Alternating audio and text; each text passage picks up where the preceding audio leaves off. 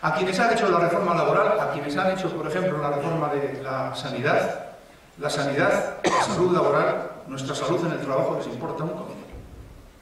Como les importa un comino la asistencia sanitaria a los jóvenes que lleguen a 26 años y no hayan encontrado un puesto de trabajo, porque según la normativa que ha salido, se quedarían sin asistencia sanitaria. ¿Qué objeto tienen medidas de esa naturaleza en la ley? Es muy sencillo. El objeto es muy sencillo. Quieren provocar una sustitución de empleo digno por empleo precario desconocida hasta ahora. Quieren echar barato a la gente que tiene contrato digno y sustituirla por gente que no tiene dónde caerse muerta, con unas tasas de paro impresionantes. 5,6 millones de desempleados en el Estado, dato de esta mañana.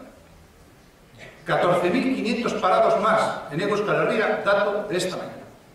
¿No? Hay una masa ingente de gente, de personas, que están obligadas a aceptar cualquier miseria que se les ofrezca. Y las leyes se hacen para provocar una sustitución de empleo digno por empleo precario.